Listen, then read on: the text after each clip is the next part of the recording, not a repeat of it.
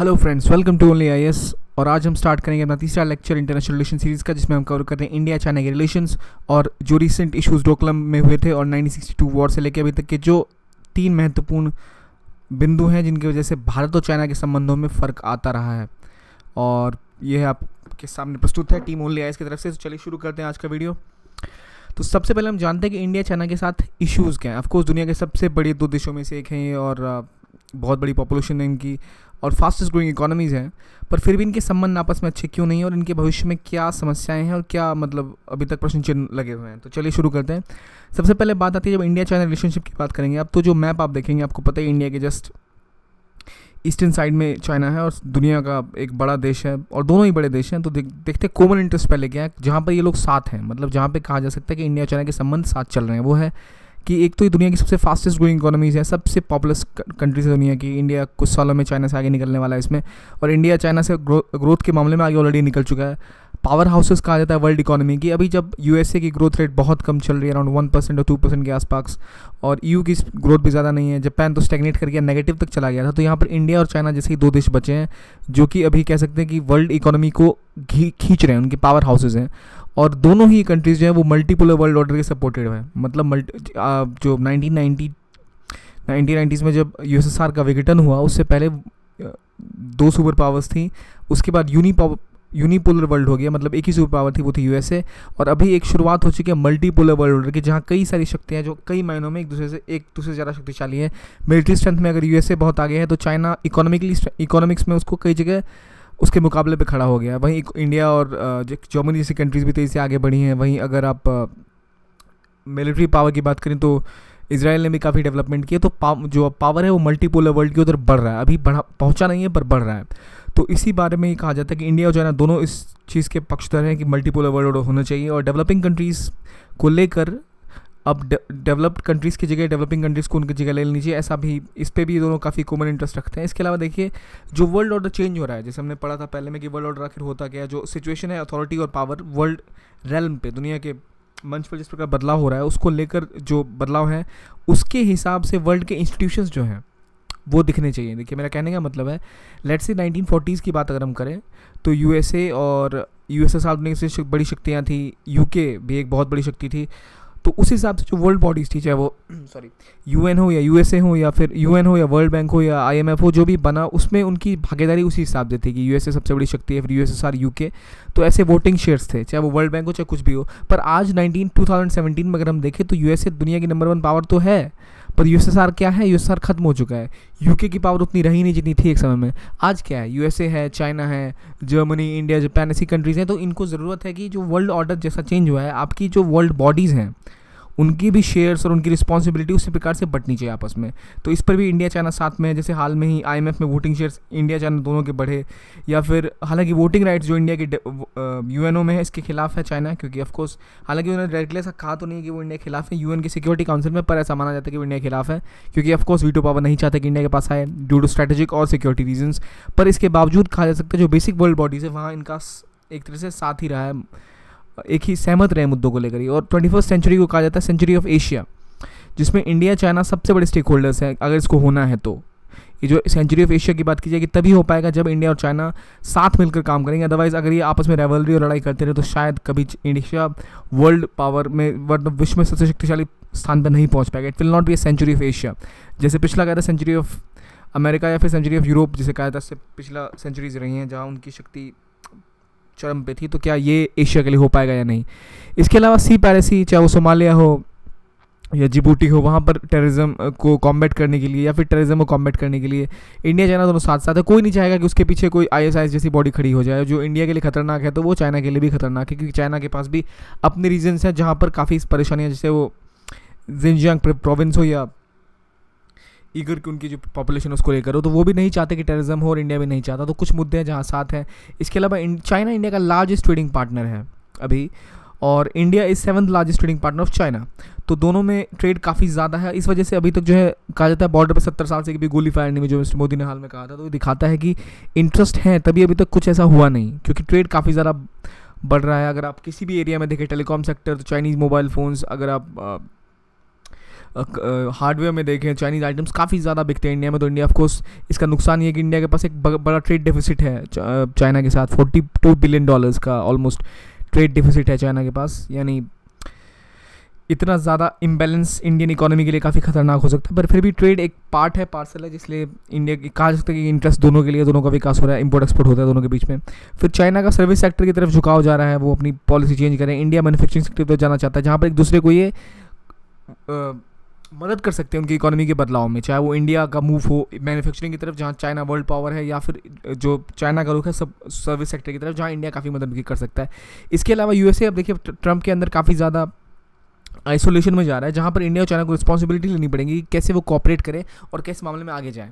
ये सारे इंटरेस्ट है, कॉमन इंटरेस्ट। अब जैसे किसी भी इशू पर आपको देखना है, कोई भी क्वेश्चन अगर आ गया तो let's say if we are talking about अभी वन रोड वन बेल्ट पर, या फिर कोई क्वेश्चन आया तो उस पर आप देखें कि इंडिया एक अगर आपको कमेंट करना है उस पर, तो आपको पहले 1-2 पॉइंट लिखने पड़ेंगे क्या क्या इंडिया और चाइना के इंटरेस्ट कन्वर्ज कर रहे हैं। ये बेसिक वो पॉइंट्स है जहाँ के इनके इंटरेस्ट कन्वर्ज करते हैं, चाहे वो टेररिज्म हो, चाहे सिक्योरिटी हो, चाहे वो वर्ल्ड ऑर्डर चेंज हो रहा है उसके हिसाब से वर्ल्ड बॉडीज़ को चेंज होना हो, मल्टीपोलर वर्ल्ड हो, इकोनॉमी हो, ट्रेड हो, टूरिज़्म की बात हो, इसमें भी काफ़ी ये लोग एक साथ रहे हैं, या साइबर वॉरफेयर जो सिक्योरिटी है उसकी बात है। तो इनमें काफ़ी ज़्यादा एक तरह के विचार हैं इनके, ये कॉमन इंटरेस्ट है। पर ये क्या काफ़ी है इंडिया और चाइना को साथ आने के लिए आगे के टाइम में? देखते हैं अगला। अब इनके बीच में रोड ब्लॉक्स क्या हैं, हमने देखा कन्वर्जेंस कहाँ थी, देखिए डाइवर्जेंस कहाँ है, कहाँ इनमें फ़र्क है। अब देखिए सबसे बड़ी बात है ग्रेट राइवलरी ऑफ एशिया कहते हैं इसको। इंडिया चाइना की ग्रेट राइवलरी इसलिए है क्योंकि अभी तक देखिए इससे पहले एशिया की सबसे बड़ी पावर थी जापान, ठीक है, जो कि कहा जाता है बूढ़ा हो चला है, उसकी ग्रोथ स्टैग्नेट कर गई है। वहाँ पर कैपिटल है पर लेबर फोर्स नहीं है, और जापान की साइज़ बहुत छोटी है। तो उसके हिसाब से भी एशिया की 2 सबसे बड़ी पावर्स इंडिया और चाइना है। हालांकि इंडिया की जो पर कैपिटा रेट है या फिर जो ग्रोथ रेट है वो इन टर्म्स ऑफ जो पर कैपिटा इनकम है वो काफ़ी कम है कई देशों से, पर जो ब्रेड है इंडिया की इकोनॉमी की और जो मिलिट्री स्ट्रेंथ है इंडिया की वो काफ़ी ज़्यादा है बाकी देशों के मुकाबले। ऑफ कोर्स चाइना तो कई जगह अमेरिका को भी चैलेंज कर रहा है इकोनॉमी के हिसाब से। तो आप देख सकते हैं कि एशिया में सबसे बड़ी 2 पावर्स यही रहती हैं। अगर आप एशिया कैलकुलेट करें तो पूरा मिडल ईस्ट आपस में लड़के तबाह है, ठीक है। ये आसियान कंट्रीज़ जो काफ़ी डेवलप कर रही हैं वो काफ़ी छोटी और इंडिविजुअली उतनी स्ट्रांग नहीं है। तो और जापान जो मेन सुपर पावर इंडिया का एशिया का था वो भी अब काफ़ी बूढ़ा हो चला है। तो ऑफकोर्स इंडिया चाइना को ही आगे लीड लेनी है और वो लीड ले रहे हैं। तो यहाँ पर एक राइवलरी है आपस में कि क्या कौन आगे बढ़ेगा, कौन सबसे आगे बढ़ेगा। ऑलरेडी चाइना के पास एक लीड है तो इंडिया उसको मतलब उसको पूरा करना चाहता है, तो जिसको चाइना ऑफकोर्स नहीं चाहता, वो चाहता है कि वो यूएसए को टक्कर दे। तो यूएसए एक वर्ल्ड पावर है जिसको टक्कर देने के लिए सबसे पहले आपको अपने बैकयार्ड में अपने एरिया में पावरफुल होना पड़ेगा। अगर चाहता है चाइना अमेरिका से टक्कर लेना तो उसके लिए सबसे पहले उसको जाना पड़ेगा कि एशिया में उसी की तूती बोले, मतलब एशिया में वही सबसे पावरफुल हो, जिसके लिए उसके लिए सबसे बड़ा इशू अभी इंडिया है। जापान भी है ऑलरेडी, पर इंडिया सबसे फ्यूचर अगर आप फ्यूचर को देखें तो लेबर फोर्स या ग्रोथ को देखते हुए इंडिया सबसे बड़ा इशू होने वाला है। तो साउथ एशिया में ऑलरेडी इंडिया एक लीडिंग स्टेट है जहां चाइना चाहता है कि उसकी इस्टेब्लिश करे अपनी हेजेमोनी। तो हेजेमोनी मतलब होता है कि एक ऐसी पावर की इस्टेब्लिशमेंट जिसकी अथॉरिटी रहे पूरे रीजन के आसपास। तो अगर आप ये भी देखें कि आफ्टर 50 ईयर्स, आज से 50 साल बाद कहाँ सब जरा वर्कफोर्स होगी, यूथ कहाँ होगा, तो वो इंडिया है या चाइना है अभी प्रेजेंटली देखें तो इसी वजह से यहाँ पर एक राइवलरी है जहाँ वो नहीं चाहता, एक दूसरे से रेस लगी पड़ी है। तो वो रेस भी एक नेगेटिवली काम करती है कई जगह पॉजिटिवली। जैसे इंडिया में डंप कर रहा है अपना चाइना अपना सामान, तो इंडिया एंटी डंपिंग ड्यूटी लगाता है, वहीं इंडिया को वो यूएन में सपोर्ट नहीं कर रहा। अब देखिए यहाँ तक कि एनएसजी में इंडिया जो जाना चाह रहा था वहाँ चाइना ने इसको रोक दिया जाने से। क्यों? क्योंकि वो वोट नहीं कर रहा है इंडिया के सपोर्ट में। इसका वजह यह है कि वो चाहता है कि पाकिस्तान जो प्रॉक्सी है चाइना के पास उसका उपयोग वो कर सके इन फ्यूचर, ताकि इंडिया को कमज़ोर रखा जा सके। वो राइवलरी का केस है। अब देखते हैं, ये तो राइवलरी अभी प्रेजेंट सिचुएशन है, मगर सबसे बड़ी प्रॉब्लम क्या वो है हिस्ट्री की। इंडिया के साथ चाइना के बॉर्डर डिस्प्यूट्स है, 1962 की वॉर थी जिसके बाद एक सस्पिशन का एनवायरमेंट दोनों देशों के बीच में बना हुआ है। चाइना ऑलरेडी कहा जाता है काफ़ी मिक्स सिग्नल भेजता है कभी भी। उसका प्रेसिडेंट इंडिया आया, उसके प्रेसिडेंट तो वहाँ पर उसकी आर्मी लद्दाख में घुस गई, जो ऐसा नॉर्मली होता नहीं है। तो वो एक कहते हैं काफ़ी एग्रेसिव मूव रखते हैं और डुअल सिग्नल्स देते हैं, जो काफ़ी परेशानी भरा होता है डिप्लोमेट्स के लिए समझना कि चाइना चाहता क्या। अब देखिए चाइना की जो राइज हुई वो एग्रेसिव राइज है, पीसफुल राइज नहीं है। क्योंकि देखिए ईस्ट चाइना सी में उसके सेनकाकू आइलैंड्स में जापान के साथ डायरेक्ट कॉन्फ्रंटेशन है, और वहीं इंडिया जापान रिलेशनशिप आगे बढ़ रही है। हाल के समय में काफ़ी तेज़ी से विकास हुआ है इंडिया के साथ। उन्होंने सिविल न्यूक्लियर डील साइन की है, डिफेंस में भी काम चल रहा है और टूरिज्म में भी काफ़ी विकास हो रहा है, और काफ़ी ज़्यादा इन्वेस्टमेंट जापान इंडिया में कर रहा है। तो अब इंडिया जापान रिलेशनशिप बढ़ रही है, और वहीं चाइना और जापान रिलेशनशिप में डिस्टेंस काफ़ी ज़्यादा बढ़ चुका है। हालांकि जापान चाइना का बहुत बड़ा ट्रेडिंग पार्टनर है, ट्रेड वो कर रहे हैं। चाइना की सबसे अच्छी बात है वो ट्रेड करता है और बाकी डिस्प्यूट्स को साइड में रखता है। पर इसके अलावा भी साउथ चाइना सी में जहाँ इंडिया वियतनाम के रिलेशन सुधर रहे हैं, ONGC का ऑयल ब्लॉक है, गैस ब्लॉक है, और वहीं चाइना वो नहीं चाहता कि इंडिया वियतनाम में संबंध बढ़े और इंडिया वियतनाम को ब्रह्मोस बेचने की बात करें, जिसको लेकर चाइना ने अपनी तरफ से कई समस्याएं दर्ज कराई। वही चाइना का नेक्सस पाकिस्तान के साथ सालों पुराना है और काफ़ी लॉन्ग टर्म से इंडिया के लिए बहुत बड़ी समस्या बना हुआ है, चाहे वो अक्सर चीन का एरिया हो, चाहे वो लैंड स्वैप डील जो चाइना और पाकिस्तान के बीच में हुई थी, ये एक बड़ा मुद्दा है, रोड ब्लॉक है। इसके अलावा स्ट्रिंग ऑफ पर्ल्स इंडिया के आसपास चाइना बना रहा है, जो वो कहता है कि उसका पेट प्रोडक्ट सीपैक है वो इंडिया के टेरिटरी से गुजरता है, जिससे इंडिया की सॉवरेंटी पे क्लेम आता है। चाइना और इंडिया दोनों दूसरे की टेरिटरी पर क्लेम करते हैं। तिब्बत का इशू है और दलाई लामा का इशू है, जिसको चाइना कहता है कि दलाई लामा इंडिया के पास क्यों है, उन्हें टेररिस्ट का दर्जा दिया है चाइना ने, तो वो चाहते हैं कि इंडिया दलाई लामा को हटा दे, वो भी एक मुद्दा है। तो ये सारी चीज़ें हैं जो बहुत बड़ी समस्या है इस रिलेशनशिप को आगे बढ़ाने में। और ट्रेड इन्वेस्टमेंट की अगर हम बात करें तो बहुत तेज़ी से ट्रेड बढ़ रहा है, पर ट्रेड रेस से शुरू हो गई। अफ्रीका में होगा या फिर मिडल ईस्ट या फिर साउथ अमेरिका में इंडिया चाइना के बीच में एक रेस चल पड़ी है, जहाँ ऑफकोर्स चाइना लीड में है, पर इंडिया बहुत तेज़ी से आगे बढ़ रहा है इंटरनेट, जो कि एक इंटरेस्टिंग रूट ले रहा है। देखना पड़ेगा कि वहाँ पर क्या होता है अफ्रीका या फिर अमेरिका में, जहाँ पर मार्केट की दो हॉल लग पड़ी है इंडिया चाइना के बीच में। तो हमने देखा कि क्या हमारे बीच में प्रॉब्लम्स थे, क्या कॉमन इंटरेस्ट है और क्या रोड ब्लॉक्स हैं। अब डिटेल में देखते हैं कि समस्या क्या है। सबसे पहले हम देखेंगे इशू है क्या। सबसे बड़ी बात है कि जैसे इकोनॉमिक्स ने कहा था 2010 में कि ये है contest of the century India China के बीच में, कौन इस कॉन्टेस्ट को जीतेगा। देखिए, अब जो इंडिया और तिब्बत का बॉर्डर है, जो मैकमोहन लाइन द्वारा फॉर्मलाइज किया गया था, उसको कभी चाइना ने माना नहीं, कोई इच्छा है, ठीक है। और वो उन्होंने अक्सर चीन भी कब्जा कर रखा है ईस्टर्न लद्दाख में, जो कि तिब्बत और जिंजियांग प्रोविंस को जोड़ता है। देखिए, तिब्बत और जिंजियांग प्रोविंस को जोड़ने वाले हिस्से पर भी उनका कब्जा है। वो तिब्बत को, वो बाउंड्री को नहीं मानते, अरुणाचल प्रदेश को क्लेम करते हैं। और उसका कहना है कि मैकमोहन लाइन के साउथ में जो नेफा, यानी अब जो अरुणाचल प्रदेश है, वो साउथ तिब्बत का हिस्सा है। और वो पहले लासा का था, लेकिन तिब्बत 1913-14 के आसपास वो मैकमोहन लाइन बनी और उसने उसको इंडिया के पार्ट में आ गया था वो एरिया। पर चाइना ने 1950 में इन्वेजन करके तिब्बत पे कब्जा कर लिया और उसके बाद बॉर्डर डिस्प्यूट्स बढ़ते चले गए। उन्होंने मैकमोहन लाइन को मानने से मना कर दिया। अभी हम डिटेल में पढ़ेंगे कि मैकमोहन लाइन बनी कैसे और क्या है शिमला अकॉर्ड। लेकिन बेसिकली हुआ क्या कि पहले उन्होंने तिब्बत पे कब्जा किया, फिर उन्होंने कहा मैकमोहन लाइन को नहीं मानते, क्योंकि 13-14 में डील साइन हुई थी।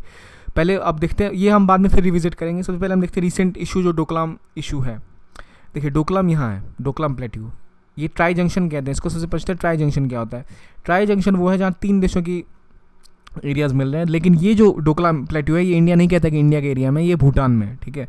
तो बायलैटरली ये भूटान और चाइना का इशू है, ठीक है, डोकलाम प्लेट्यू। पर इंडिया के साथ एक ट्रीटी हुई थी चाइना की, जिसके तहत ये बात हुई थी, जो भी ट्राई जंक्शन है जहाँ पे 3 देशों का कुछ एरिया मिल रहा है, वहाँ पर तीनों देश की सहमति के बाद ही आपको इंफ्रास्ट्रक्चर या कुछ ऐसा ग्रो करेंगे, ठीक है। ऐसी बात हुई थी 2008 या 2002 के आसपास, आगे हम पढ़ेंगे।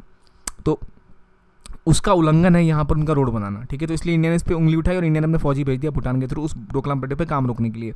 तो इनका कहना है चाइना का कि आखिर आपने भूटान जो एक थर्ड पार्टी देश है, वहाँ आपने कैसे अपने सेना भेज दी। इसके हिसाब से तो हम कश्मीर अपनी सेना भेज देंगे। लेकिन वो उस बात को याद नहीं रख पा रहे कि उन्हें एक डील, उनके साथ इंडिया की एक अंडरस्टैंडिंग है कि आप ऐसा नहीं कर सकते जहाँ ट्राई जंक्शन हो, 3 देशों के एरियाज मिलते हो। अब देखिए, आखिर जब भूटान की टेरिटरी है, माना ट्राई जंक्शन का इशूज़ है, रोड बन रहा है, चाइना अपने ही टेरिटरी में बना रहा है, तो इंडिया को क्या इशूज़ हैं। देखिए, इंडिया को इशू ये कि जैसे ये इस एरिया डोकलाम प्लेट्यू को वो कैप्चर करते हैं, तो वो सिलीगुड़ी कॉरिडोर के पास आ जाएंगे। यहाँ सिलीगुड़ी एक जगह है बंगाल और बिहार के बॉर्डर के पास, बंगाल में पड़ता है रीजन, यहाँ से नॉर्थ ईस्ट कनेक्टेड है इंडिया का। अगर एक बार सिलीगुड़ी कॉरिडोर बहुत छोटा सा है, 15 किलोमीटर का डिस्टेंस है सिर्फ यहाँ ओवरऑल ब्रेड्थ। तो कभी भी अगर ये एरिया में कैप्चर में आ जाएगा, जो ऑफकोर्स वो धीरे धीरे, इसे कहते हैं चाइना की एक टेक्टिक्स है सलामी टेक्टिक्स, ठीक है। वो पहले छोटे छोटे टुकड़े करते हैं, उसके बाद उस पर कब्जा करते चले जाते हैं। तो वो करते हुए वो चाहते हैं कि इस तरह सिलीगुड़ी कॉरिडोर में पहुंच जाएं और जब भी उनके पास मौका मिलेगा वो नॉर्थ ईस्ट को पूरे इंडिया से कट कर सकते हैं। तो इंडिया को सिलीगुड़ी कॉरिडोर को बचाना बहुत इंपॉर्टेंट है, जो कॉरिडोर है। इसकी सिक्योरिटी के लिए इंडिया चाहता है डोकलाम प्लेट्यू में कुछ ऐसा इंफ्रास्ट्रक्चर ना बने जो कि इंडिया की सिक्योरिटी को हानि पहुंचाए, क्योंकि इंडिया ने भी ऑलरेडी कई जगह अपने काम रोके कि जब चाइना ने उसको एक्सेप्शन रेज किया, क्योंकि ऑफकोर्स चाइना और भूटान के बीच में डील हुई थी और भूटान के साथ इंडिया का ट्रीटी ऑफ फ्रेंडशिप है। और इस वजह से कह सकते हैं, देखिए एक और डिटेल मैप में देखते हैं, ये भूटान, ठीक है, ये भाटांगला। देखिए, इंडिया कहता है कि भाटांगला बाउंड्री है, ठीक है, चाइना कहता है माउंट गिम्पोची बाउंड्री है, ठीक। और ये रहा सिलीगुड़ी कॉरिडोर। अब देखिए, ये सिलीगुड़ी कॉरिडोर है। अगर वो यहाँ, देखिए यही प्रॉब्लम है कि उनका क्लेम कहना है कि इंडिया कहते हैं ये बाउंड्री है एज पर इंडिया, और ये चाइना का क्लेम है, चाइना कहता है यहाँ पर हमारा एरिया है, ये कहता है यहाँ बाउंड्री है। तो ये रीजन जो है वो पूरी तरह से डिस्प्यूटेड रीजन है और ये भूटान है। तो यहाँ पर डोकलाम प्लेट्यू जहाँ ट्रायंगल सा क्रिएट हो रहा है ऐसा, ठीक है। तो बेद बात तो ये है कि बाउंड्री नहीं मान रहे एक दूसरे की, लेकिन ये भूटान का इशू है। तो ट्राई जंक्शन पर जो लॉ मैंने आपको बताया वो है। अब अगर यहाँ वो कैप्चर कर लेता है तो सिलीगुड़ी कॉरिडोर पहुँचना बहुत आसान हो जाएगा चाइना के लिए इन एनी केस। और यहाँ वो ऑलरेडी एक रोड यहाँ से यहाँ तक डेवलप कर चुके हैं, ठीक है। वो रोड अब यहाँ जोड़ के वो इधर घुसना चाह रहे हैं, जो कि इंडिया के लिए खतरनाक हो जाएगा, क्योंकि पूरा रूट जुड़ा हो रहेगा और कभी भी अटैक कर सकते हैं। तो भूटान की टेरिटरी ऑलरेडी वो कब्जा करके बैठे हुए हैं चाइना में, और भूटान इस कैपेसिटी में नहीं है कि भूटान अपनी तरफ से डील कर पाए, और भूटान चाइना के बीच में कोई भी आपसी वो सपोर्ट नहीं है, और इसलिए वो इंडिया ने इसकी तरफ से आगे जाके बात की। देखिए यहाँ एक और मैप है, ये देखते हैं, ये रोड है, ठीक है, ये रोड देख रहे हैं, ये रोड अभी तक बना हुआ है, ठीक है। इस रोड को ले जाके यहाँ डोकलाम प्लेट्यू में वो मिलाना चाहता है। ये गूगल अर्थ का मैप है, ये है जो रोड अभी तक बना हुआ है, यहाँ पहुँचाना चाहता है, और ये रहा बॉर्डर। और इंडिया नहीं चाहता कि इस रीजन में उसका वो रोड यहाँ से यहाँ कनेक्ट कर जाए, क्योंकि ऑफकोर्स ये रीजन डिस्प्यूटेड एरिया है, लेकिन चाइना यहाँ रोड बनाए तुला हुआ है हाल में, जहाँ पर इंडिया के फौजी गए थे, उसे रोकने की कोशिश की थी। तो ये बेसिक लॉजिक है ट्राई जंक्शन का क्या है और समस्या क्या है। आप देखिए इसकी हिस्ट्री क्या है। देखिए 1890 में इंडिया, ब्रिटेन और चाइना में एक कन्वेंशन साइन हुआ था कि बाउंड्री कहाँ होगी, बॉर्डर जो सिलीगुड़ी के कॉरिडोर के आसपास है। इंडिया का मानना है कि बॉर्डर जो है वो बैटांगला है, वहीं चाइना का कहना है कि माउंट गिम्पोची है, ठीक है। अगर चाइना सही है तो उसको पूरा एक्सेस मिलना चाहिए डोकलाम प्लेट्यू का, पर चाइना ऑफकोर्स पूरा क्लेम करता है। तो वो इंडिया के क्लेम के हिसाब से इंडिया की फ्रेंडशिप ट्रीटी है चाइना के साथ, जहां वो इंडिया के भूटान की फॉरेन पॉलिसी को गाइड करता था, जो 2007 में हटा दिया गया। लेकिन फिर भी इंडिया गवर्नमेंट का ऐसा मानना है, या फिर वर्ल्ड में सबको पता है भूटान कुछ कर नहीं सकते, इंडिया को यहाँ कुछ हस्तक्षेप करना ही पड़ेगा। अब देखिए दोनों ने एग्री किया था कि इंडिया भूटान ने कि एक दूसरे की टेरिटरी को वो कभी यूज़ नहीं होने देंगे दूसरे के खिलाफ, और भूटान की डिप्लोमेटिक टाइज भी नहीं है चाइना के साथ डिप्लोमेटिक टाइज। तो ऑफकोर्स रूटीनली इंडिया और भूटान अपने टॉक्स करते हैं और बात करते हैं कि डिस्प्यूटेड एरिया में कैसे बात की जाए। चाइना के साथ भी भूटान ने 7 बार डिस्प्यूटेड बॉर्डर एरियाज पे बात की है, जो उनके साथ डिस्प्यूटेड एरियाज है, पर कोई बात आगे नहीं बढ़ पाई। तो डोकलाम इशू में क्या हुआ, भूटान के फॉरेन मिनिस्टर ने पहले कहा जो रोड बन रहा है वो बॉर्डर डिस्प्यूट एरिया में है, और 1998 की एग्रीमेंट के तहत स्टेटस को बनाना पड़ेगा बाउंड्री पर, आप स्टेटस को तोड़ नहीं सकते, मतलब जो स्थिति है उसको यथावत रखना पड़ेगा। लेकिन चाइना ने कहा है कि वो अपने टेरिटरी में काम कर रहा है 1819 के कन्वेंशन के हिसाब से। अब देखिए फ़र्क कितना है, ये सीधा इसके 100 साल पीछे पहुंच गया चाइना। तो इट के चाइना का फॉरेन पॉलिसी की टैक्टिक्स कहते हैं इसको, जहां उनको अपना फायदा वहां वो ले जाएंगे, छोटे छोटे स्लाइसेस काटते हैं किसी भी जगह के, और बाद में उसे कैप्चर करते चले जाते हैं। अगर एक पूरा एरिया में कैप्चर करना तो पूरा एक बार में कैप्चर नहीं करेंगे, छोटा टुकड़ा लेंगे, फिर ऐसे करते करते उन्होंने साउथ चाइना सी, ईस्ट चाइना सी में कुछ ऐसा ही किया था। तो अब इंडिया का कहना है कि 2012 में एग्रीमेंट हुई थी कि बॉर्डर जहाँ पे फाइनलाइज नहीं हुए वहाँ पर आप एक्शन करेंगे जो इंडिया के सिक्योरिटी के खिलाफ हो तो गलत होगा। तो दोनों ने एक एग्रीमेंट किया था ट्राई जंक्शन बाउंड्री पॉइंट्स, जो इंडिया चाइना और थर्ड कंट्री के बीच में, वो तभी होगा जब तीनों में कंसल्टेशन होगी। और इसके अलावा कोई अगर अपनी तरफ से अकेले उसको ट्राई जंक्शन पॉइंट को बनाने या कि कोई कोशिश करेगा तो अंडरस्टैंडिंग के खिलाफ होगा। यही 2012 के एग्रीमेंट के खिलाफ चाइना जा रहा है, जिसकी दुहाई देकर, जिसकी बात करके इंडिया ने वहाँ पर अपने फौजी भेजे। जबकि सिक्किम सेक्टर की बात है तो इंडिया चाइना ने एग्रीमेंट पहले कर रखी है वहाँ की, यहाँ पे बेसिस ऑफ अलाइनमेंट है, और बाकी फाइनलाइजेशन वो बाद में स्पेशल रिप्रेजेंटेटिव फ्रेमवर्क के थ्रू होगा। तो आइए एक बार फिर रिविजिट करते हैं हमारा जो बाउंड्री के क्वेश्चन था। इंडिया का बॉर्डर मानना है बाटांगला है, चाइना का कहना है माउंट गम्पोची है, ये भूटान है। इंडिया के साथ 2012 में उसकी डील हो चुकी है कि जो भी ऐसा बाउंड्री हो जहाँ 3 देश आपस में मिल रहे हो इंडिया चाइना के अलावा, वहाँ तीनों की कंसल्टेशन होगी तभी कुछ होगा। लेकिन चाइना यहाँ यूनिलेटरली कुछ से कुछ कर रहा है। 1988 में भूटान के साथ चाइना की डील हुई थी, जहाँ पर ये माना जा रहा था यूनिलेटरली वो कुछ नहीं करेगा, जो बाउंड्री में स्टेटस को है अभी जहाँ जो जैसा है वैसे रखा जाएगा, पर वैसा वो कर नहीं रहे। भूटान को बहुत ही चिंता है इंडिया की सिक्योरिटी कंसर्न्स, क्योंकि इंडिया ने ऑफकोर्स चाइना भूटान की बहुत मदद की कई मायनों में। तो इसीलिए अब देखिए चाइना की ना सिर्फ यहाँ इंडिया के साथ अपनी डील को तोड़ रहा है, क्योंकि वो इंडिया की बात किए बिना सीधा रोड बना रहा था, और भूटान के साथ भी डील तोड़ रहा है कि स्टेटस क्यू को तोड़ने की कोशिश कर रहा है। ये मेन इशू था यहाँ पर। और सिक्योरिटी एस्पेक्ट इंडिया का क्या है, सिलीगुड़ी कॉरिडोर के सामने है वो, ठीक है। और ये रोड इंडिया ने इसलिए इसको रोकने की कोशिश की। तो ये पॉइंट ऑफ व्यू से चाइना अपने हिसाब से इसको काफ़ी ज़्यादा तोड़ने मरोड़ने की कोशिश कर रहा है, पर बेसिक पॉइंट्स यही है डोकलाम इशूज़ को लेकर। अब देखिए डोकलाम इशू की हमने बात कर ली। डोकलाम इशू में वे हेड क्या है, इसमें मैंने अभी कोई पॉइंट नहीं लिखा कि डोकलाम इशूज़ क्या होगा, वो हमें देखना पड़ेगा अभी क्या होता है चाइना करो, क्योंकि कोई भी हटने को तैयार नहीं है वहाँ। So we shall wait. अब स्पेक्यूलेट तो मैं भी कर सकता हूँ कुछ कि ट्रेड रिलेशन को लेके कुछ होगा, पर अभी NSA अजीत डोवाल चाइना गए हुए थे, तो हमें देखना पड़ेगा क्या आगे कदम उठाया जाता है। इस पर आप न्यूज़ पर ध्यान रखिए, इसके क्वेश्चन आने का 100% चांस है, और मैं चाहूँगा कि आप इस स्लाइड्स को ठीक से पढ़ लें, क्योंकि और इन मैप्स को याद कर लें। अगर आप ड्रॉ कर पाते तो और अच्छा है, क्योंकि बहुत महत्वपूर्ण हो जाता है ये। अगला पॉइंट है कि आखिर इश्यूज़ क्या हैं, कि क्यों आखिर इतने पंगे हैं। एक तो ये है कि भाई तिब्बत और दलाई लामा का प्रॉब्लम जो चाइना को रहा है। चाइना काफ़ी सेंसिटिव है अपने टेरिटोरियल सोवरेंटी को लेकर, और कहा जाता है कि दलाई लामा जो है वो शेडो गवर्नमेंट इंडिया में चला रहे हैं, जो कि वो उनके लिए इरिटेंट है, ठीक है। और धर्मशाला में जो इनकी रिजीम है, मतलब देखिए धर्मशाला जो हिमाचल प्रदेश में एक एरिया है, वहाँ पर एक पैरेलल गवर्नमेंट चलती है तिब्बत के रिफ्यूजीज़ की। उनका मानना है कि वहाँ से उनको कब्जा किया गया 1950s में, और तिब्बत दलाई लामा यहाँ पर उनका एक अपना घर है, सब कुछ वहाँ चलता है। तो इसको लेकर उन्हें बहुत सारी चाइना को बहुत दिक्कत है, इससे वो कहता ऐसा नहीं करना चाहिए। और अक्साई चीन और अरुणाचल प्रदेश में ऑलरेडी वो कहते हैं कि हमारा रीजन है, जो कि अक्साई चीन अभी चाइना के कब्जे में है और इंडिया उस पर क्लेम कर रहा है। अरुणाचल प्रदेश इंडिया के पास है, जिस पे चाइना क्लेम कर रहा है। जबकि दोनों को पता है कि लीगली और अभी ज्योग्राफिकली भी अक्सर चीन में जो चाइना की पोजीशन है उसको इंडिया चैलेंज नहीं कर सकता मिलिट्री के रूट से, क्योंकि ऑफकोर्स वो टॉप पर है। और अरुणाचल प्रदेश में इंडिया को फ़ायदा है क्योंकि वहाँ पे एरिया में चाइना को आने के लिए काफ़ी प्रॉब्लम्स है, हालांकि अगर इंडिया अपने इंफ्रास्ट्रक्चर डेवलप कर पाया तो देखिए इंडिया चाइना के इशूज़ की बात करते हैं। तो सबसे पहली बात आती है इंडिया चाइना क्लेम करता है अरुणाचल प्रदेश में। क्यों? क्योंकि वहाँ उसका कहना है कि तवांग जो मोनेस्ट्री है, तवांग जो रीजन है वो अरुणाचल प्रदेश में स्पेशली बहुत महत्वपूर्ण है, क्योंकि तवांग के साथ मोनेस्ट्री है वहाँ पर, जहाँ पर लासा के साथ बहुत, लासा मतलब तिब्बत की जो राजधानी है, वहाँ से काफ़ी संबंध है। और यहाँ पर जो 6 दलाई लामा थे, 6 दलाई लामा बॉर्न हुए थे कहाँ? वो बॉर्न हुए थे तवांग मोनेस्ट्री में ही। तो ऑफकोर्स चाइना चाहता है कि तवांग के पास एक बहुत बड़ा सिग्निफिकेंट इमोशनल और रिलीजियस पॉइंट है, ताकि इसलिए वो कैप्चर कर ले। और चाइना कहता है वो उसके साथ संबंध रहा है तवांग का, इसलिए तवांग हमारा और पूरा अरुणाचल प्रदेश ही हमारा, क्योंकि संबंध रहा है सिर्फ इसलिए, ठीक है। और इसके अलावा कई रीज़न है जो वो कहते हैं कि एक तिब्बत फैक्टर है, ठीक है। वो कहते हैं जो तवांग का अपर सियांग डिस्ट्रिक्ट है उसमें बहुत सारे तिब्बतन लोग हैं, और चाइना को लगता है कि पैन तिब्बतन मूवमेंट वहाँ से चल सकती है इंडिया चाइना बॉर्डर पे, और वहाँ दलाई लामा आते हैं तो वहाँ के रीजन में लोग भड़क सकते हैं और हम पर हमला कर देंगे, ठीक है।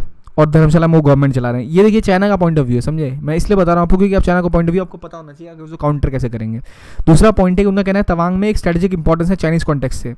अरुणाचल प्रदेश सिक्योरिटी देता है भूटान को, क्योंकि पूरा ईस्टर्न फ्लैंक जो है भूटान का वो कवर करता है अरुणाचल प्रदेश, ठीक है। और अगर तवांग चाइना एब्जॉर्व कर लेता है तो भूटान का पूछा कंप्लीटली 3 तरफ से घिर जाएगा चाइना से, ठीक है। और इंडिया की सिक्योरिटी के लिए खतरनाक हो जाएगा सिलीगुड़ी कॉरिडोर में। अभी क्या है, भूटान के बाद सिक्किम है और उस बीच तवांग, अरुणाचल प्रदेश इंडिया के पास है। एक बार तवांग कैप्चर कर लेंगे तो पूरा वो भूटान को घेर लेंगे, जिसपे कभी भी उन्हें कब्जा करना बिल्कुल इस तरह से पूरा तीनों तरफ से घिर जाएगा भूटान, तो काफ़ी ईजी हो जाएगा स्ट्रैटेजिकली चाइना के लिए इसको टेक ओवर करना। सो ये बातें इंपॉर्टेंट है स्ट्रैटेजिकली, इसलिए इंपॉर्टेंट है चाइना के लिए। और वो रिलीजियस फैक्टर है और वो कहते हैं कि यार हमारी ज्योग्राफी है। तो आखिर ये इशू है क्या? मतलब अरुणाचल प्रदेश एक फ्लेरिंग इशू है काफ़ी टाइम से, आपको भी पता होगा। देखिए अरुणाचल प्रदेश में चाइना को इशू है कि शॉर्टेस्ट रूट टू चाइना है ये, इस इंडिया के लैंड पे अटैक करना होगा, तो ये स्ट्रेटेजिकली बहुत इंपॉर्टेंट है। तवांग का केस हमने पढ़ा ही, ठीक है। अगर एयर ऑपरेशंस कोई वो करता है तो अरुणाचल प्रदेश इंडिया को multi layer air defence deployment दे सकता है ग्राउंड पे, जो कि डिटरमेंटल होगा चाइना के लिए। अरुणाचल प्रदेश क्योंकि रीजन ऐसा है जहाँ उसके आगे पहाड़ स्टार्ट होते हैं, जहाँ पर इंडिया को एयर बेसिस बनाने की पोजिशनिंग और इंडिया के लिए स्ट्रेटेजिकली इंपॉर्टेंट है। और अगर चाइना अगर इंडिया पे कैप्चर करना चाहता है तो उसको शॉर्टेस्ट रूट होगा थ्रू अरुणाचल प्रदेश। और चाइना अगर तवांग पे कैप्चर कर लेता है तो चाइना को सिलीगुड़ी कॉरिडोर का इजी एक्सेस मिल जाएगा, चिकन नक को काट कर इंडिया के लिए एक बड़ा सरदर्द बन सकता है। तो इसलिए अरुणाचल स्ट्रैटेजिकली और तवांग क्यों, तवांग जो स्पेसिफिक डिस्ट्रिक्ट है तवांग अरुणाचल प्रदेश का, इसलिए इंपॉर्टेंट है क्योंकि वहाँ पर ऑफकोर्स दलाई लामा 6 पैदा हुए थे और वो भूटान को तीनों तरफ से घेरने में मदद करेगा। Arunachal Pradesh shortest route to India through China, और इंडिया की स्ट्रैटेजिक डिसएडवांटेज हो जाएगी अरुणाचल प्रदेश चाइना के पास चला जाए तो। अब देखिए सिलीगुड़ी कॉरिडोर जो है वो इंडिया के स्टेट्स को नॉर्थ ईस्ट स्टेट से जोड़ता है, मेनलैंड को, और कभी भी वो चाहे तो इस पर अटैक करके इस पूरे रीजन को काट सकते हैं, इसलिए इसको रोकना बहुत ज़रूरी है। चाइना को पता है कि स्ट्रेटेजिक इंपॉर्टेंस क्या है, और इसलिए इसलिए पहले भी उन्होंने नॉर्थ ईस्ट में कई जगह टेररिस्ट या इंसर्जेंसी ग्रुप को फंडिंग की थी, इसके कई सबूत मिले हैं। तो प्रॉक्सी फाइट वहाँ चली थी, पर अभी तो काफ़ी कंट्रोल में है रीजन, पर ये एक बेसिक इशू रहा है। अब देखिए मैप से देखते हैं क्या है ये अक्सर चीन चाइनीज़ कंट्रोल है, ऑफकोर्स इंडिया का पूरा पार्ट है ये, ठीक है। ये पाकिस्तानी कब्जे में POK से गिलगित बाल्टिस्तान, ये जिसको AJK कहते हैं वो रीजन। अभी देखिए यहाँ पर तवांग है, अगर आपने तवांग पे चाइना ने कैप्चर कर लिया तो पूरा रीजन ये तीनों तरफ से घिर जाएगा चाइना से, ठीक है। तवांग कैप्चर होने के बाद उसे कहना तवांग हमें दो और कुछ डील कर लो। अब ये रीजन अरुणाचल पे थोड़ा धीमा भी है, वो तवांग को पूरा क्लेम करता है, तो ये वाला रीजन सिर्फ बचेगा इंडिया के पास। तीन तरफ से भूटान घिर चुका है, इजीली एक्सेस है, और अगर अरुणाचल प्रदेश पे चाइना कैप्चर करता सीधा इंडिया घुस जाएगा डायरेक्ट वो, ठीक है। इस पूरे रीजन को कट करने के लिए कई सारे उसके पास पॉइंट मिल जाएंगे। तो अभी जो मुद्दा है वो ये है कि क्या इंडिया इसके बारे में अब क्या कर सकता है। तो इंडिया को यह मिलिट्री एयरबेस बनने वाली बात है जो अभी ऑलरेडी है यहाँ पर। इंडिया ने हाल ही में भूपेन हजारिका रूट बनाया, जो ब्रिज बनाया ब्रह्मपुत्र के ऊपर, जिससे इंडिया की मूवमेंट हो सके अगर कोई डिस्प्यूट हो तो इस मैप को ध्यान से रखिए। देखिए ये इंपॉर्टेंट था, और क्यों अरुणाचल क्यों इंपॉर्टेंट है ये हमने पढ़ लिया। अब जानते हैं सिमला अकॉर्ड था क्या जिसके लिए इतनी तबाही मची। 1913-14 में सिमला अकॉर्ड साइन हुआ। सिमला अकॉर्ड पहले तिब्बत एक इंडिपेंडेंट स्टेट था, वो क्लेम करता था कि इंडिपेंडेंट है, और चाइना कहता था हमारा एक प्रोविंस है। तो 1913 में सर हेनरी मैकमोहन के अंदर उन्होंने एक टॉक स्टार्ट की, जिसमें उन्होंने कहा कि इसका पॉलिटिकल स्टेटस डिस्कस करना है। उन्होंने क्यों डिस्कस करना था, वो नहीं चाहते थे कि रशिया तिब्बत घुस जाए ब्रिटेन।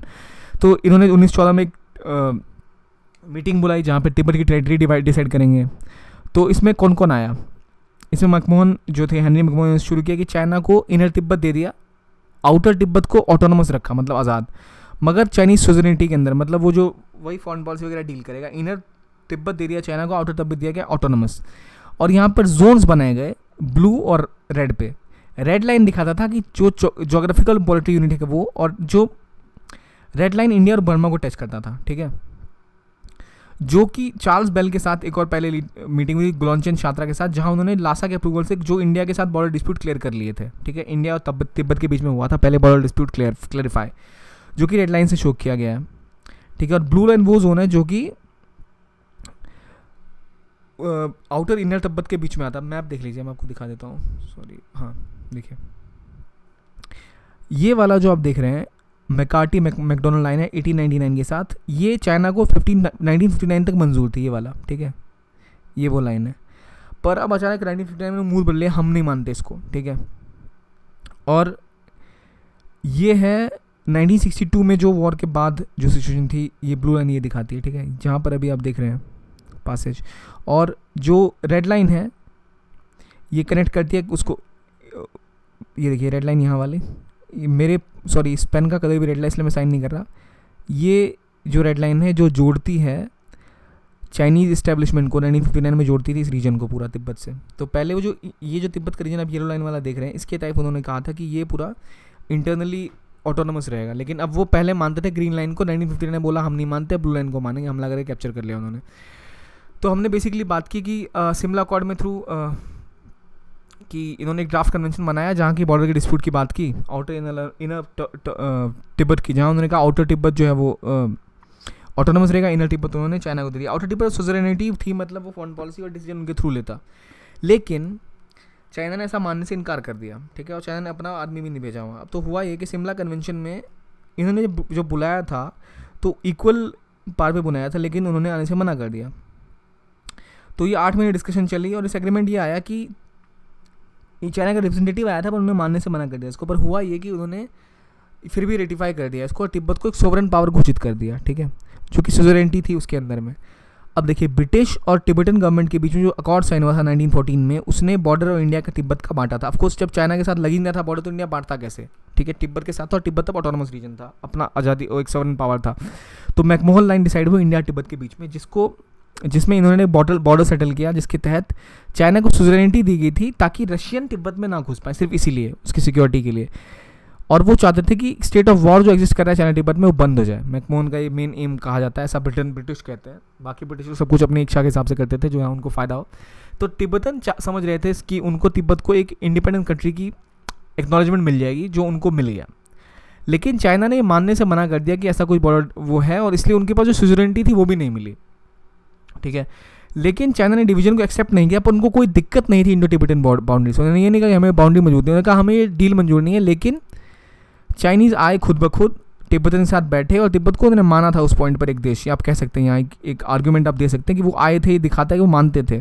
और तिब्बत के साथ बाउंड्री पर कभी उन्होंने डिस्प्यूट तक नहीं किया 1959 तक, जो दिखाता है कि ऑफकोर्स उनका जो पॉइंट ऑफ व्यू अपने हिसाब से चेंज हो जाता है। और इसके अलावा पॉइंट ये है कि अरुणाचल प्रदेश का जो इंडिया का पार्ट है, हम इसी हिसाब से मानते हैं कि 1940 में जो 14 में जो एग्रीमेंट हुआ था उसके तहत क्लियरली अरुणाचल प्रदेश इंडिया का पार्ट था और चाइना ने इसको माना था। और अचानक से इसने इसको बोलना शुरू कर दिया अनइक्वल ट्रीटी है और कहने लग गया पूरा तिब्बत हमारा है, जबकि उस टाइम ऐसा कुछ चाइना ने किया नहीं था। तो इन बातों पर ध्यान रखना चाहिए। और एक जो पॉलिटिकल लीडर है उनका कहना है, आचार्य कृपलानी का कहना है कि बॉर्डर बॉर्न इन सिन था, क्योंकि इंडिया ने तिब्बत को सीधा चाइना को सौंप दिया बिना कुछ कंसल्ट के। तिब्बत को इंडिया को 1950 से मदद करनी चाहिए थी। इंडिया ने 1950s में तिब्बत की मदद इसलिए नहीं की क्योंकि इंडिया को लगा कि चाइना शायद अटैक ना कर दे इंडिया पर, लेकिन 1962 में फिर उसने अटैक कर दिया बिना किसी क्विड प्रो क्यो के, मतलब बिना कुछ लिए दिए तिब्बत को सीधा चाइना को सौंप दिया, जो कि गलत था। कई मानों में से फॉरेन पॉलिसी की मिस्टेक मानी जाती है। तो ये बेसिक थ्योरी है शिमला अकॉर्ड की, मैंने काफ़ी ऊपर कवर किया पर बेसिक पॉइंट्स कवर कर लिए हैं। शिमला अकॉर्ड ही है 2012 का China India tri junction accord हमें पढ़ा, ठीक है, हमने पढ़ा डोकलाम प्लेट्यू में क्या इशू है, भूटान के साथ इंडिया की क्या डील है, चाइना के साथ क्या डील है।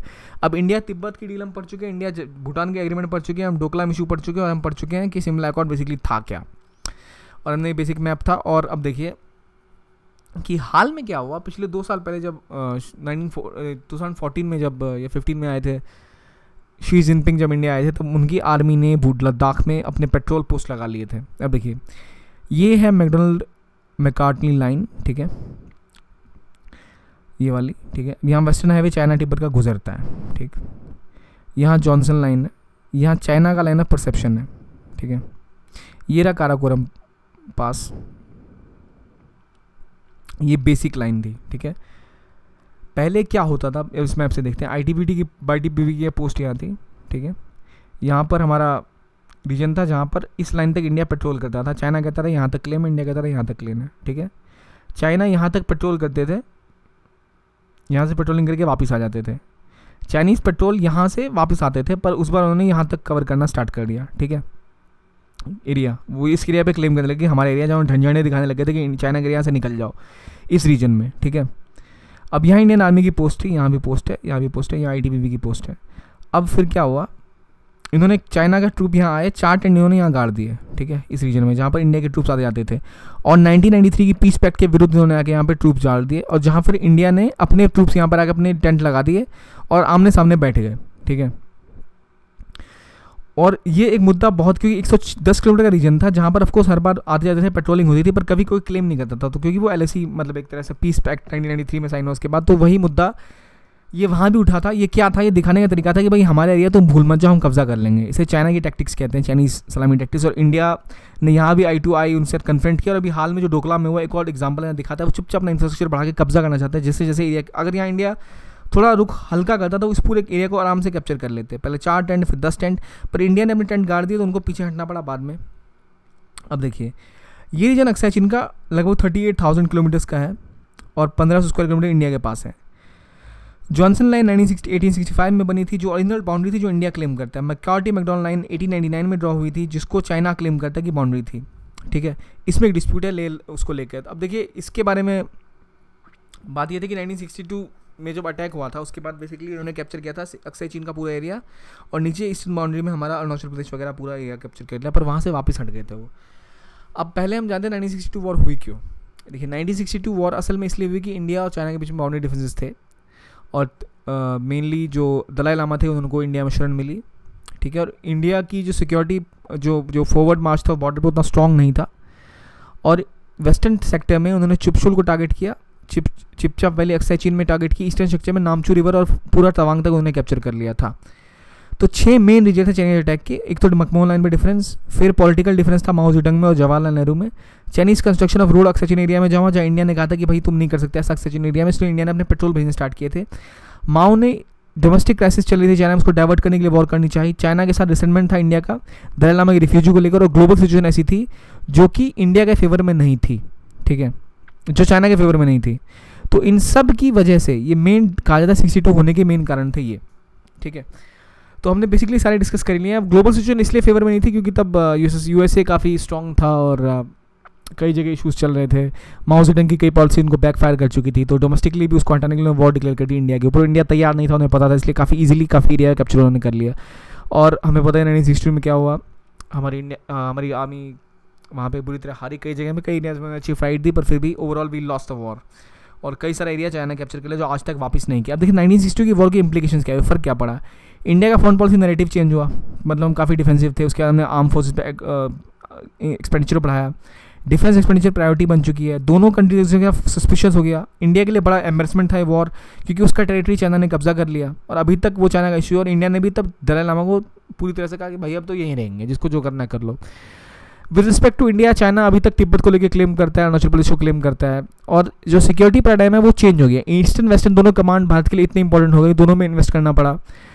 और चाइना पाक नेक्सस ऐसा स्टार्ट हुआ जो आज तक चल रहा है। अक्सर चीन जो बॉर्डर जो लैंड स्वैप डील हुई थी चाइना पाकिस्तान में, वो है ही, और इंडिया के लिए काफ़ी बड़ी समस्या है ये।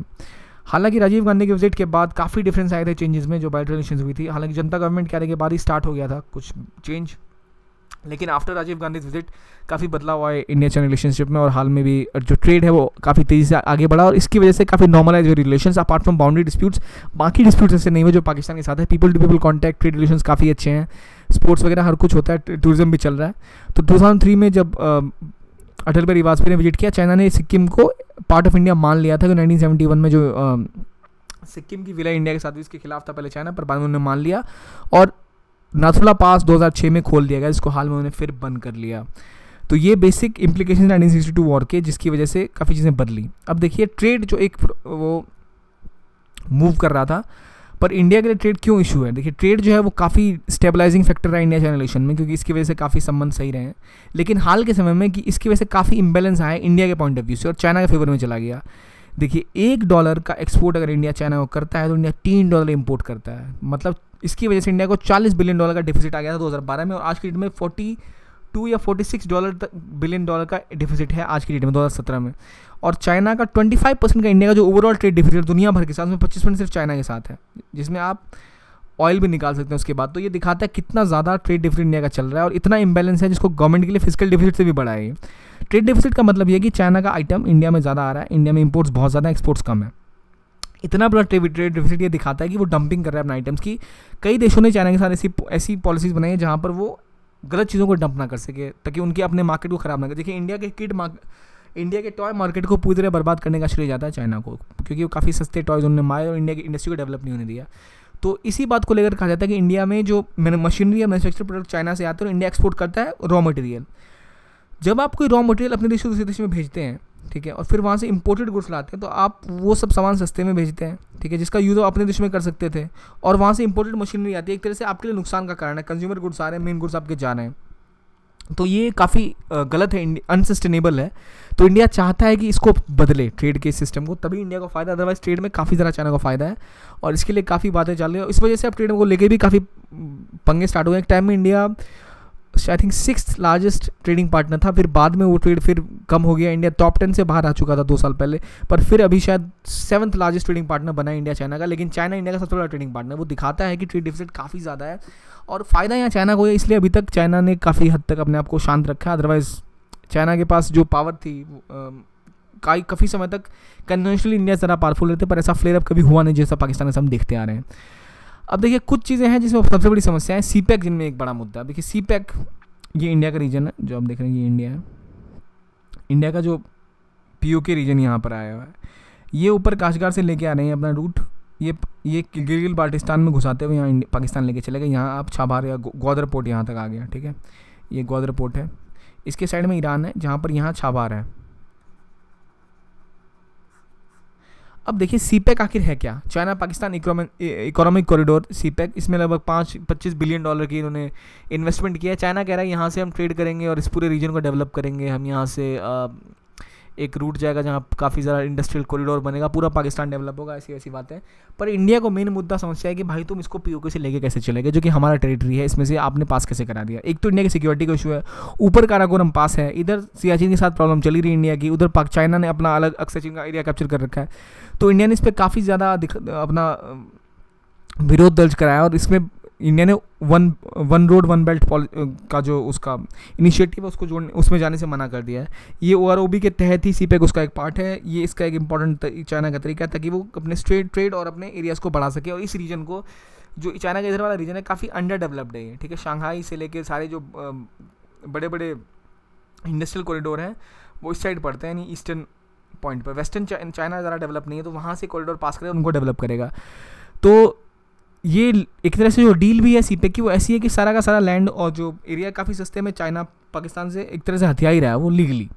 तो इंडिया ने कहा भाई आप यहाँ से वापस जाओ, लेकिन उन्होंने सब मानने से इनकार करें कि चाइना की मिलिट्री भी यहाँ पर है, जो इंडिया के लिए सिक्योरिटी वाइज इकोनॉमिकली हर तरह से खतरनाक है। इसलिए यहाँ पर एक मुद्दा बना हुआ है, जिसकी वजह से डोकलाम का फ्लेयर अप कहा जाता है। चाइना इस वजह से भी हमला कर, इस वजह से भी ये कदम उठाया। अब देखिए OBOR one road one road में क्या है, देखिए एक तो इनका रूट यहाँ से गुजरेगा, इंडो चाइना कॉरिडोर, एक कॉरिडोर यहाँ से गुजरेगा, एक कॉरिडोर यहाँ से गुजरेगा। तो एक तरह से चाइना पूरी दुनिया से कनेक्ट हो जाएगा। सॉरी मैप थोड़ा गलत है, ये पूरा इंडिया का कॉरिडोर पूरे चाइना को पूरी जगह से जोड़ना है। इस रीजन को खासतौर पर डेवलप करना चाहते हैं, ये वाला रीजन, ठीक है, क्योंकि ये रीजन ऑलरेडी काफ़ी डेवलप्ड है चाइना का, ठीक है।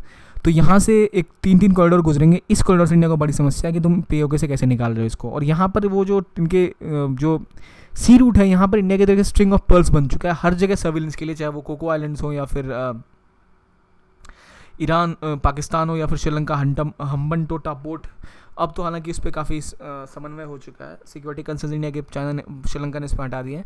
पर हर जगह वो पोर्ट बनाकर एक तरह से इंडिया के सर्विलेंस और जहाँ भी अपने सबमरीन पोर्ट कर सकते हैं वहाँ जगह बनाए। इससे इंडिया की सिक्योरिटी को खतरा है 24 घंटे इंडियन ओशन में। इस पूरे रीजन पे चाइना की प्रेजेंस काफ़ी ज़्यादा बढ़ जाएगी, जो इंडिया की सिक्योरिटी के लिए काफ़ी हानिकारक हो सकता है। चोक पॉइंट्स, एक मैंने बताया था आपको, चोक पॉइंट्स जहाँ की डिस्टेंस मेनलैंड में बहुत कम है, आप 4 शिप भेज के इस रीजन को बंद कर सकते हो, जिससे कभी बाद में चाहे तो आप इसकी इकोनॉमी देखो। लेट्स से चाइना अभी तक मैक्सिमम माल यहाँ स्ट्रेट ऑफ मलाक्का से ले आता है, चाहे तेल हो चाहे कोई भी सामान हो। अगर यहाँ पर आपने 4 शिप भेज दिया तो रीजन कवर कर लेंगे आप, चाइना की सप्लाईज रुक जाएंगे, तो वो फिर कैसे सस्टेन कर पाएगा। इसको बंद करने के लिए उसने यहाँ रूट बनाया कि अगर यहाँ कोई चोक करता है तो वो यहाँ से सामान निकाल लेगा पाकिस्तान के थ्रू या यहाँ के थ्रू या यूरोप से ले आएगा, तो वो ठीक है अपनी सिक्योरिटी के लिए, पर वो इंडिया की जगह को भी चोक कर सकता है, क्योंकि हर जगह उसके बेसिस है, मिलिट्री पोर्ट्स बनेंगे, नेवी के पोर्ट्स बनेंगे जहाँ से इंडिया को चोक कर सकता है, क्योंकि इंडिया ऑफकोर्स राइवल है उसका। तो इंडिया अपना आयरन कर्टेन प्रोजेक्ट बना रहा है, जहाँ चाहे छबार हो, चाहे श्रीलंका हो, चाहे इधर मेडागास्कर में या सेचुरीज में इंडिया भी काफ़ी कोशिश कर रहा है अपनी प्रेजेंस बढ़ाने की। तो इस कॉरिडोर के बदले में इंडिया अपना कॉरिडोर बना रहा है और इंडिया OBOR में साथ नहीं दे रहा। अब दो तरह की बात है इसमें, कुछ लोग कह रहे हैं इंडिया को इस बैंडवैगन को साथ हो जाना चाहिए क्योंकि वो काफ़ी लंबी लंबी ट्रेनें चलाएगा, इंडिया साथ रहेगा तो इंडिया को फायदा होगा। पर क्या इंडिया अपने सोवरेनिटी को दांव पे लगा सकता है? जो रीजन इंडिया का अपना है वो भी पाकिस्तान के कब्जे में है, उस पर भी क्या चाइना को आराम से वो जाने दे सकता है? तो इसलिए काफ़ी डिप्लोमेटिकली काफ़ी इस पर बवाल हुआ पड़ा और बिल्कुल सही स्टैंड है इंडिया, आप ऐसा नहीं कर सकते। पर इससे आगे निकलना पड़ेगा, इंडिया को ट्रेड डेवलप करना है, इंडिया को अपनी इकोनॉमी आगे बढ़ानी है, तो ऐसा कुछ कॉरिडोर जहाँ इंडिया को फ़ायदा हो इंडिया को पार्टिसिपेट करना भी पड़ेगा, मजबूरी है। तो हमने देखा कि ट्रेड डेफिसिट चल रहा है और इसके थ्रू बात ये कि जो डंपिंग वगैरह वो करेगा इंडिया में, इसको भी रोकने की पहले फिर